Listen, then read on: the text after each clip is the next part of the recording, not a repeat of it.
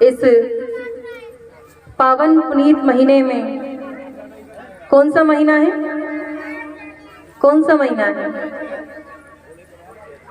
माँ भगवती का प्यारा महीना, जिसमें हम माँ की आराधना करते हैं, पूजा करते हैं।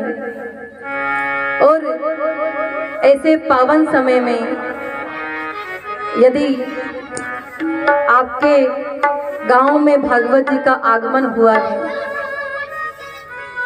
तो प्यारे ये मत सोचना कि भागवत जी आई हैं, क्योंकि भागवत कोई पुस्तक नहीं है प्यारे, कोई साधारण ग्रंथ नहीं है। ये मान के चलिए कि साक्षात ठाकुर जी आपके गांव में आए हैं। और यदि भगवान साक्षात आपके गांव में आए हैं तो उनका स्वागत कैसे होना चाहिए आप सब जानते हैं। हमारे घर में यदि कोई हमारा चहेती या फिर हमारा अपना आता है तो क्या ऐसा होता है कि हम वहां देर से पहुंचे?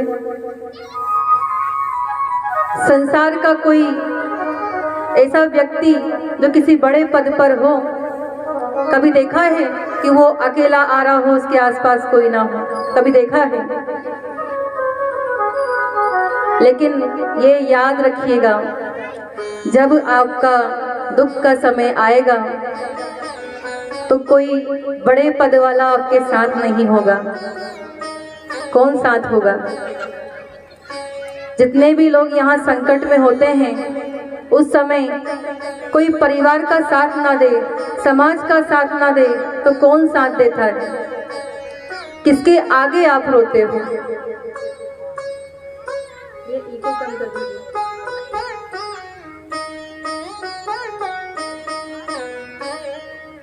और यदि दुख के समय में यदि आप संसार के किसी भी व्यक्ति को पुकारते हैं तो कोई आए ना आए, मेरे प्रभु आपकी पुकार अवश्य सुनते हैं। और प्यारे, आप जैसा भाग्यशाली भला कौन होगा जिसे इतने पावन महीने में श्रीमद् भागवत कथा रसास्वादन करने का सौभाग्य प्राप्त हो रहा है। ये कथा सुनने के लिए तो देवता भी तरसते हैं, उन्हें भी ये प्राप्त नहीं होता जो आपको सहज में यहाँ प्राप्त हुआ है। पूरे जीवन भर हम काम करते हैं, भगवान ने हमको जो जीवन दिया कितना होगा? 100 वर्ष का? उससे अधिक कोई कह सकता है कि हम जिएंगे? कोई कह सकता है क्या?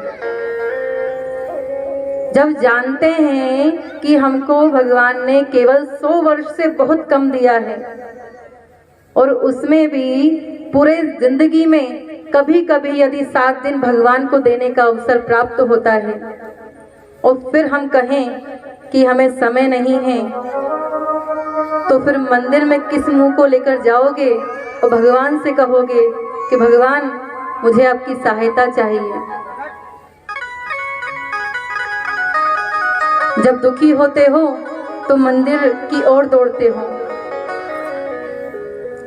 भगवान के सामने पूरी लिस्ट रखते हो कि प्रभु मुझे ये चाहिए, ये समस्या मुझे जीवन में है, और नहीं पूरी करें तो भगवान भी बदल देते हैं हम महीने के हिसाब से। सावन में यदि हमारे भोलेनाथ याद आए हैं और उनने हमारा काम नहीं बनाया तो फिर किसकी याद आएगी? हमारी भक्ति भी महीनों की तरह बदलती है साहब। चैत्र नवरात्रि आई, माँ भगवती की सेवा करी, और हमें तो ये सौभाग्य प्राप्त हुआ है कि हमारे यहाँ हमारे ठाकुर जी से लेकर के तो भगवान की कोई कमी नहीं है। लेकिन इसका मतलब ये नहीं प्यारे कि आप हर नाव में सवार हो। आप जानते हैं जो 2 नाव में सवार होता है उसका क्या हाल होता है, ना तो वो इधर का होता है और ना ही उधर का। ये नहीं कहती कि भगवान को मानना छोड़ दो या सबकी पूजा करना छोड़ दो, सबकी पूजा करो, परंतु आस्था विश्वास एक में हो। संसार में अनेक रिश्ते होते हैं, लेकिन जो माता पिता का रिश्ता होता है वो संसार में कोई और निभा नहीं सकता है। कोई नहीं साहब, कोई नहीं।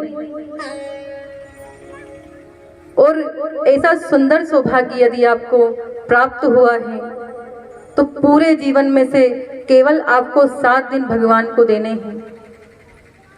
और इसमें भी यदि कहो कि हमें समय नहीं है तो फिर आखिरी समय में जब यमराज आएंगे और आप पुकारोगे तो वो क्या कहेंगे कि मुझे भी समय नहीं है। वो परमात्मा बहुत कृपालु है, दयालु है। अपने जीवन को देखिएगा, जो आप उनसे मांग रहे हो उसके अलावा आपको सब कुछ मिला है। इसका मतलब ये है कि जो आप मांग रहे हो वो शायद आपके लायक नहीं है। भगवान आपको वही देते हैं जिसमें आपका हित है। भागवत के सबसे पहले महात्म का वर्णन आया है। अब प्रश्न ये उठता है कि महात्म क्या होता है। भागवत कथा हमें क्यों सुननी चाहिए, क्या फल की प्राप्ति होती है और इसकी इतनी अधिक महिमा क्यों है। यदि आपके आसपास कोई उच्च पद वाला अधिकारी या कोई गुणवान व्यक्ति आकर के बैठ जाए और आप उसको नहीं जानते हो तो क्या आप उससे बात करोगे? करोगे क्या? आप जानते ही नहीं हो, वो 3 घंटे बैठकर उठकर चला जाएगा, आपको कोई मतलब नहीं है। लेकिन यदि कोई मंच से कह दे साहब बहुत बड़े इंसान हैं, समाज सेवी हैं, उच्च पद पर हैं, तो फिर आप सेल्फी लिए बिना भी नहीं रहोगे, सबसे पहले डलेगी। तो प्यारे, ये तो सर्वस्व है, आपका कल्याण करने वाली है, हम सभी का कल्याण करने वाली है। इसे सुनने से पहले ये जानना आवश्यक है कि भागवत जीवन में करती क्या है। यदि हम ये जान जाएं कि भागवत जीवन में करती क्या है तो शायद हम पूरे दुनिया का काम छोड़ करके भगवान को याद करें। हम दुनिया में भगवान को हर जगह ढूंढते हैं, लेकिन जहां वो मिलता है हम वहां जाते नहीं हैं, और फिर हम कहते हैं कि भगवान है ही नहीं। कलयुग में तो कितने नास्तिक हैं जो खुलेआम कहते हैं कि भगवान नहीं है, और ये वो समय है कि साक्षात भगवान भी आ जाए ना तो व्यक्ति कहेगा कि भगवान होने का ढोंग कर रहा है, भगवान नहीं है। परमात्मा भी आ जाए तो भी नहीं मानेगा। भगवान कहाँ मिलता है? अरे सांवरे से मिलने का सत्संग ही बहाना है। सांवरे से मिलने का सत्संग ही बहाना है। सांवरे से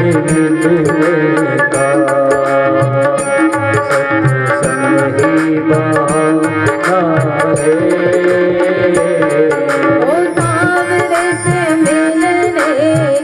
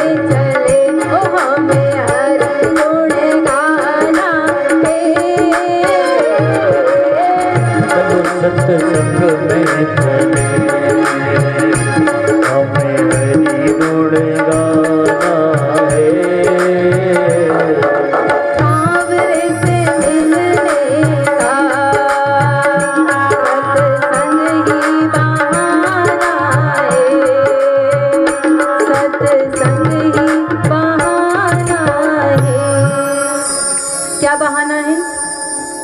सत्संग, और उसी से हम दूर हैं। कई बार तो ऐसा समय आता है कि हम 3 घंटे सत्संग में तो बैठते हैं, लेकिन सत्संग हमारे अंदर नहीं बैठता। क्यों? घर जाएंगे कहेंगे क्या कि भैया कथा में आनंद नहीं आया।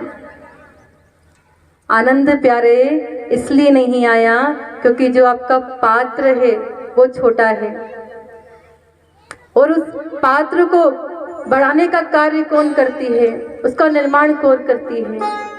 श्रीमद् भागवत कथा। इतना अद्भुत ग्रंथ श्री सुखदेव जी महाराज ने परीक्षित को सुनाया है, और महात्मा को जब सुनाया है तो यही कहा है।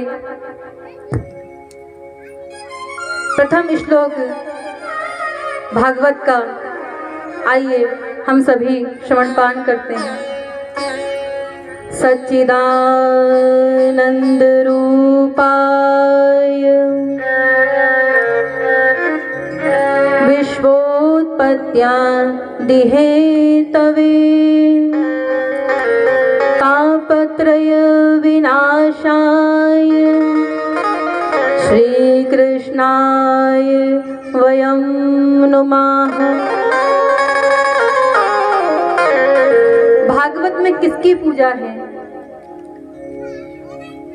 3, सत, चिद और आनंद। सत क्या है? सत्य, जो सदैव एक समान रहता है। हमारे परमात्मा जो कल थे, जो आज है, वो सदैव रहने वाले हैं। यदि हम कोई मकान बनाते हैं तो वो 500 वर्ष तक अधिक से अधिक रह सकता है, अधिक से अधिक, लेकिन क्या हमेशा रहने वाला है? एक ना एक दिन ऐसा आएगा जब वो पुराना होकर नष्ट हो जाएगा। परंतु जो सदैव शाश्वत है, सत्य है। सत मतलब शाश्वत। भागवत में सत्य की पूजा की गई है। वो सत्य कौन है? श्री कृष्ण। और उस सत्य की पूजा हम सबको करनी चाहिए। प्रभु कृष्ण हमें ये सिखाते हैं कि कुछ और कर सको ना कर सको, लेकिन सत्य बोलना चाहिए। हम सत्य कहते हैं क्या? अच्छा माताओं, यदि हम बात करें कि हमारे भाई लोग कहाँ हैं, तो इनका जवाब क्या होता है? बस अभी निकल चुके हैं, पहुंचने ही वाले हैं। पर क्या वो पहुंचने वाले होते हैं?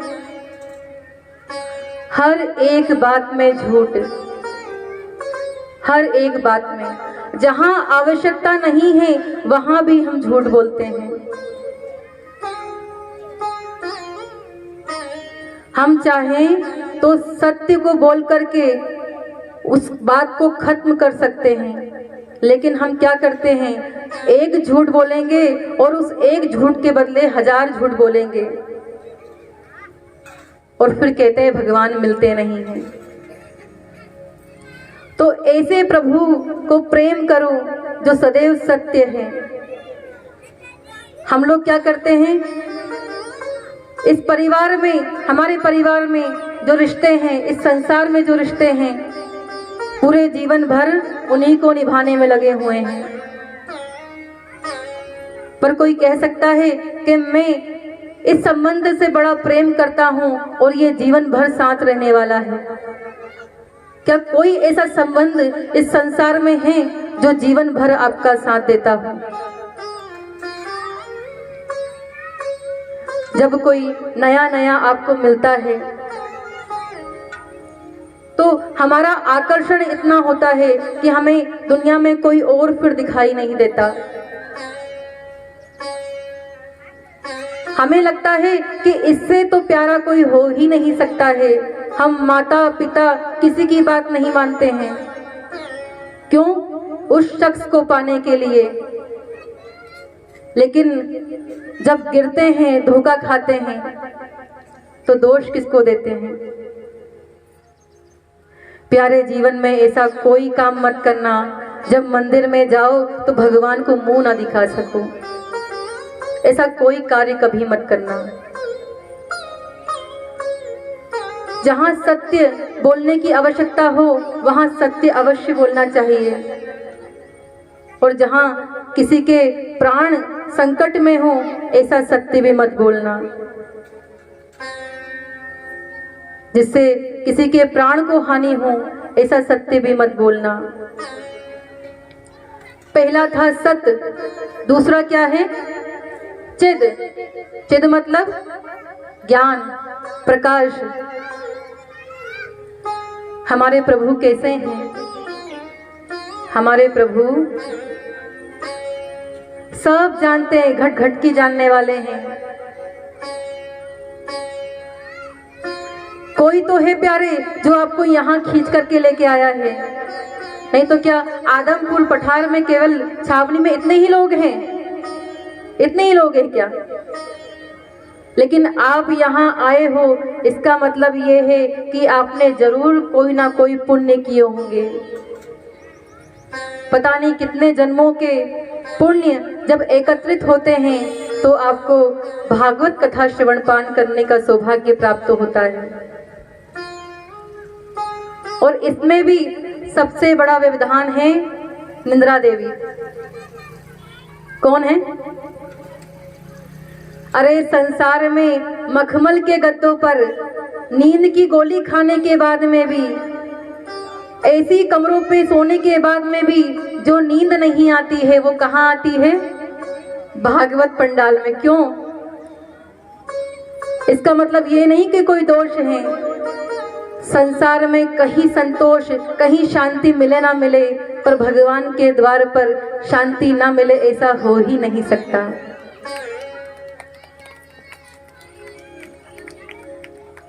इसलिए प्रयास कीजिएगा कि आसपास वाले कोई यदि समाधि अवस्था में जा रहे हो तो क्या बोलना पड़ेगा? हमें आवाज नहीं आई। देखो, हमें भी आनंद तब आएगा जब आपको आनंद आएगा, हैं? हम जानते हैं कि आज सभी ने डमरू पर बड़ा नृत्य किया है और बहुत थक चुके होंगे,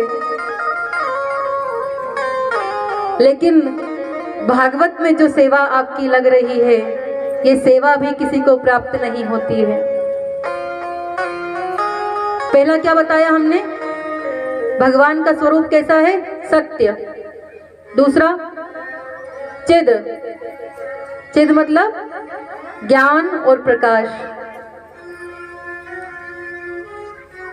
जब भगवान की कृपा का प्रकाश हमारे अंधेरे भरे जीवन में पड़ता है तो फिर संसार का कोई भी प्राणी आपको हानि नहीं पहुंचा सकता। कोई भी अच्छा कार्य हो ना तो उसमें कोई संभालने वाला हो ना हो, पर बिगाड़ने वाला अवश्य होता है। कौन होता है? बिगाड़ने वाला। लेकिन जिसके ऊपर मेरे सांवरे की कृपा हो, जिसके ऊपर मेरे परमात्मा की कृपा हो, लाख आंधी तूफान आए परंतु जिसके ऊपर कृपा वो करे उसे इस संसार में कोई गिरा नहीं सकता। अच्छा बताइए, भोपाल के पूरे क्षेत्र में आने वाले समय में जो मौसम था, जो ओलों की बरसात हुई है, आप सभी जानते हैं। लेकिन आज जो मौसम है आप सभी देख रहे हैं। वैसे तो इंद्र जी का आगमन यदि हो तो उसे हमारे धर्म में शुभ संकेत माना जाता है। कहा जाता है कि हमारा यज्ञ जो है सफल है। लेकिन तूफान यदि हो तो भैया भाई, वैसे तो हमारे बालाजी हमारे साथ में हैं। कौन है? बालाजी हमारे साथ में है। इसीलिए सबसे पहले उन्हीं को याद किया, क्योंकि कोई कथा में चाहे आए ना आए, आप ही के बीच में कोई स्वरूप में मेरे बालाजी बैठे होंगे।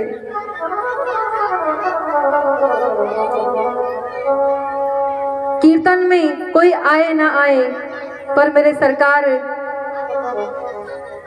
मेरे हनुमान, ऐसे कई प्रसंग आते हैं जिसमें वो जूते चप्पल की सेवा करते हैं। सेवा, जिस सेवा में हम लोग कतराते हैं। जब हमारे धन का कोई काम हो ना, तो हम खड़े होकर तमाशा देखते हैं, चाहे वो बिगड़ जाए। दोष निकालेंगे कि यहाँ कमी है, यहाँ कमी है, यहाँ कमी है, और फिर हमको देखकर कोई तीसरा उंगली उठाता है तो हमें बड़ा बुरा लगता है। यदि हमारे धर्म का कोई कार्य हो और हिंदू सनातनी यदि एक हो, तो मेरा मानना है कि किसी की हिम्मत नहीं है जो हिंदू धर्म ग्रंथों पर उंगली उठा सके। पर कमी हम में है,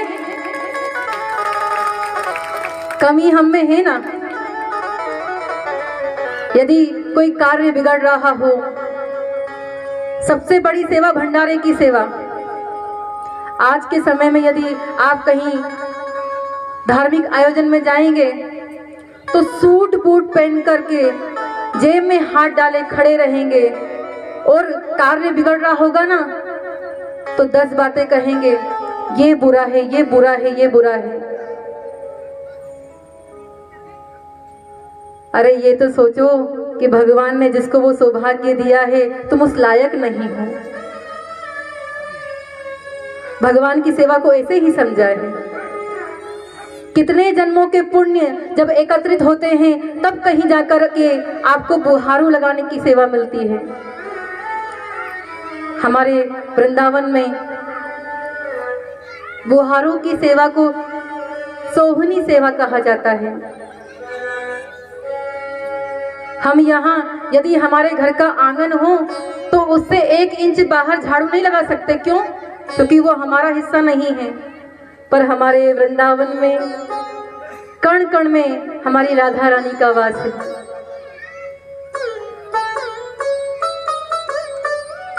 और जहाँ राधा रानी का वास हो, अब क्या लगता है कि केवल यहाँ हमारे ठाकुर जी विराजमान हैं? यहाँ के कण कण से हमारी राधा रानी की नाम की धुन सुनाई देती है। और उस नाम को यदि आप सोचो कि क्या है, राधा ही तो कहना है, लेकिन उसकी कृपा ना हो ना तो आपकी बोलती में एक शब्द नहीं निकलेगा, तुरंत मौन हो जाओगे। क्यों? क्योंकि कृपा नहीं है। इसलिए मैं बार बार बुलवाती हूँ। क्या बोलना पड़ेगा? और राधे राधे बोलने में भी केवल एक नाम का फल नहीं है। जितने लोग यहाँ बैठे हैं ना, उन सब का हम सामूहिक कीर्तन क्यों करते हैं? सामूहिक कीर्तन करने से जितने भी लोग आसपास उसमें शामिल हैं, उन सब का फल आपको प्राप्त होता है। जितना फल आपको एक बार नाम लेने में लगता है, अपने मंदिर में, अपने घर के पूजा स्थल में, उससे कई गुना फल आपको भागवत पंडाल में भगवान का नाम लेने में लगता है। क्योंकि भगवान का नाम उसी के मुंह से निकल सकता है जिसने पुण्य किए हो। कोई है यहाँ पापी बैठा हुआ है क्या? हाँ, कितने लोग पापी हैं? सब पुण्य आत्मा है, सब। तो पाप को खत्म करने का काम कौन करती है? श्रवण मंगलम। श्रवण को मीठा करने का काम कौन करती है? भागवत। भगवान का स्वरूप सत्य, चिद और आनंद स्वरूप है। कौन सा स्वरूप है? अगर आप ये कहते हो कि भैया हम कथा में गए थे, हमें आनंद नहीं आया, यदि आप समुद्र के पास जाओ, सामने खड़े हो जाओ और देखोगे तो कितना दिखाई देगा? 1 किलोमीटर, 2 किलोमीटर, कितना? कल्पना नहीं कर सकते हो। लेकिन यदि आपसे मैं कहूं कि आपको उस समुद्र में से जल भरना है, आपने जल भर लिया, वहां और भी लोग थे, उनने भी जल भर लिया। घर जाकर के देखा तो सबके पात्र में अलग अलग जल था। किसी ने कहा भैया तेरा पात्र तो बहुत छोटा है, जल ही नहीं आया है। किसी ने कहा भैया देख मैं कितना जल लेकर के आया हूँ। तो इसका मतलब ये थोड़ी है कि जो चम्मच लेके गया था उसके पास कम जल है। इसका मतलब ये है कि वहाँ आनंद तो बहुत था, क्षीर सागर तो बहुत बड़ा था, लेकिन उसका पात्र छोटा था। भागवत महापुराण आनंद का सागर है। कौन सा सागर है? और यहाँ यदि आप अपने पात्र को लेकर के आए हैं और उसमें यदि आपको आनंद नहीं आया तो उसका मतलब क्या है? आपका पात्र छोटा है। अब पूछोगे कि दीदी ये पात्र को बड़ा कैसे किया जाता है? 7 दिन आइए, श्रवण कीजिए और उसके बाद जब कथा का विश्राम होगा और सुनने का मन करे कि भाई अब कब होगी, ऐसी इच्छा, पुनः श्रवण पान करने की इच्छा यदि आपके मन में हो तो इसका मतलब ये है कि भगवान की कृपा आपके ऊपर हो गई है। क्या हो गई है? भगवान की कृपा आपके ऊपर हो गई है। जब कई जन्मों के पुण्य एकत्रित होते हैं तो आपको भागवत सुनने का सौभाग्य प्राप्त होता है। लेकिन यदि उसे पुनः सुनने का मन हो तो इसका मतलब क्या है कि भगवान की कृपा बरस रही है। क्या बरस रही? भगवान की कृपा बरस रही है। सच्चिदानंद रूपाय विश्वोत्पत्त्यादि हेतवे तापत्रय विनाशाय श्री कृष्णाय वयं नमः। कौन है भगवान? विश्वोत्पत्त्यादि हेतवे, अर्थात जो पालन करने वाले हैं भगवान इस संसार का, जो सृजन करने वाले हैं और अंत में जिसमें ये सृष्टि जाकर मिल जानी है, उन भगवान के चरणों में जो आपके दैहिक, दैविक और भौतिक ताप को समाप्त करते हैं, नष्ट करते हैं, ऐसे प्रभु के चरणों में हम बारंबार प्रणाम करते हैं। किन के चरणों में? जो आपके दैहिक, दैविक और भौतिक ताप को नष्ट करे। अब दैहिक ताप कौन सा है? जब आपको देह से कोई तकलीफ हो, तमाम दुनिया की दवाइयां आपने करवा ली हो परंतु दवाई लगती नहीं है। एक बात कहें, स्वस्थ हो तो दुनिया आगे पीछे डोलती है। वहीं एक बार करके देखना, जिस दिन खटिया पर पड़ जाओगे ना उस दिन कोई देखने वाला नहीं है, एक गिलास पानी तक कोई देने वाला नहीं है। और इतना सुंदर मानव तन भगवान ने आपको दिया, उस मानव तन को पाकर भी यदि हम भगवान का भजन ना करें तो हमसे बड़ा पापी कौन होगा।